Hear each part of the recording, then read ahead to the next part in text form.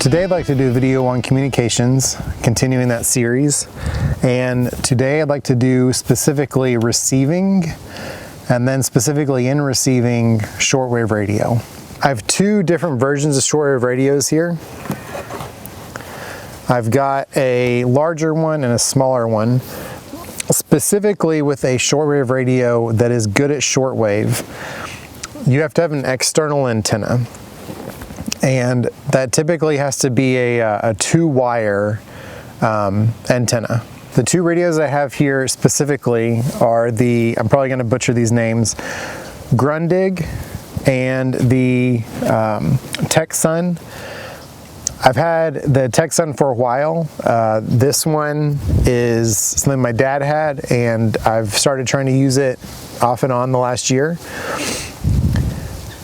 Both of these can be battery powered. That's the smart thing with shortwave is, unless you're gonna do a big installation, for what I've been trying to do is this specific radio has a little wire that I'll show a picture of here that's bundled up that plugs into the side of this radio.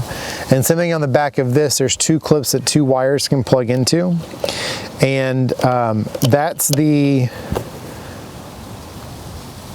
best way to handle doing shortwave, because you need something, you're getting the high frequency, and you need a larger antenna to pick up those radio waves coming through. Something that's fun for shortwave when I guess the world's not falling apart, that you can do is you can turn these on, and there's this book, and this is from 2015, and I'll show a picture of it actually up close.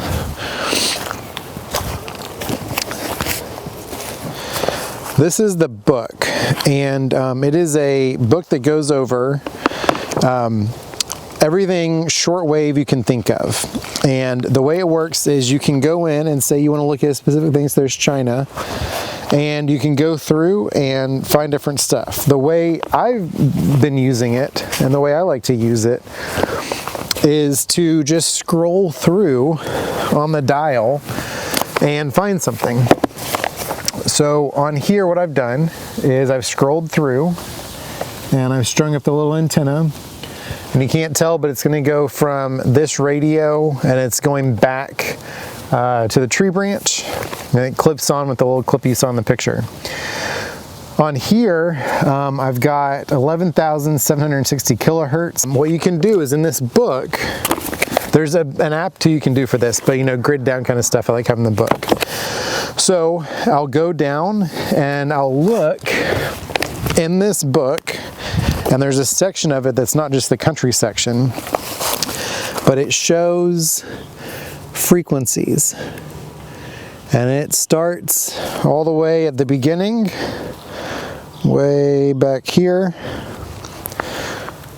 And it kind of keeps going, and then it goes all the way up. So specifically what I found was 11,760.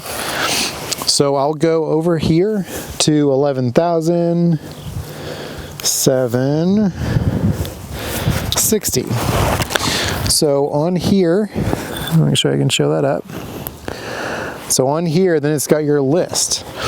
And on 11,760, you have, let's see if I can make that work. So you have transmitting at 100 kilowatts, you have China, then you have Cuba, Romania, what is that, Iran, and yeah, it looks like it.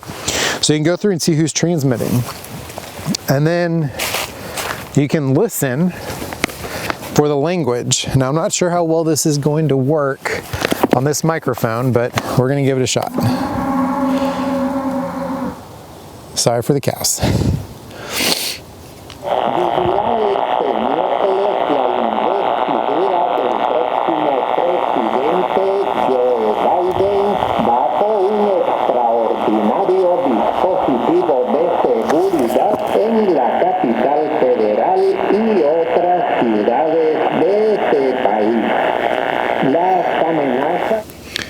Okay, I don't know how well that came out. I guess I'll find out in editing. But that was Spanish. And from the list of 11,760 kilohertz, that shows 11,760. It looks like the only ones, so here we go. The only ones that, it's not Chinese. They have two different ones. It's not Romanian. And it's not Iran. It sounds like Spanish, so that is probably going to be Cuba. It says specifically Radio Habana, Cuba, transmitting at 100 kilohertz. And yeah, so you can listen. I think this book is very, very helpful. I'll link to, I guess, the newest one on Amazon. But it's just really good to have a radio that you can receive. I went over the amateur radio stuff, and on the technician level, you can listen to, you can communicate on some HF, and then obviously general, and then oh boy, expert. I'm gonna get butchered for that one. Then you get more bandwidth that you can speak on, more frequency range. The benefit with this is that you can listen to all that stuff.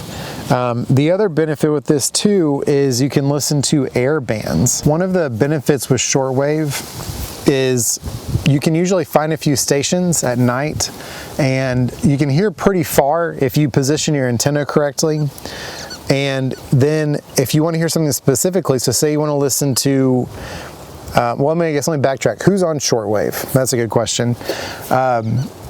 A lot of countries broadcast a shortwave option.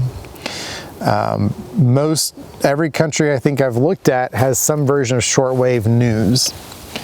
There's also a lot of churches that do shortwave here in the States that then broadcast around the world. It's a very good way to know what's happening in the world. Obviously, it takes some finesse. You kind of have to know which frequencies, and you have to dial it in. Both of these have an upper and lower sideband that you can fine tune. And then you also want to able to adjust the tone, so it can come through, deeper or higher depending on what you're going to listen to. But shortwave is just a really good option to be able to get news if there's a grid down situation, and these work. The reason I like this Texan is it's not going to give you the flexibility that something like this will. The speaker's obviously not as loud. But what's really nice is it's compact, and if you have a communications bag, and I did a video on our comms bag, and that's something you can stick in there with some spare batteries or rechargeable batteries, whichever one I guess you prefer, or a power brick, and you can plug it into like a Sherpa or something like this that you carry around or have access to. But it gives you a way to hear what's going on. But again, the catch with that is you have to know what you're listening for and what kind of stuff you've been able to get previously in your area. Thank you for watching this video on shortwave radios and the benefits they have.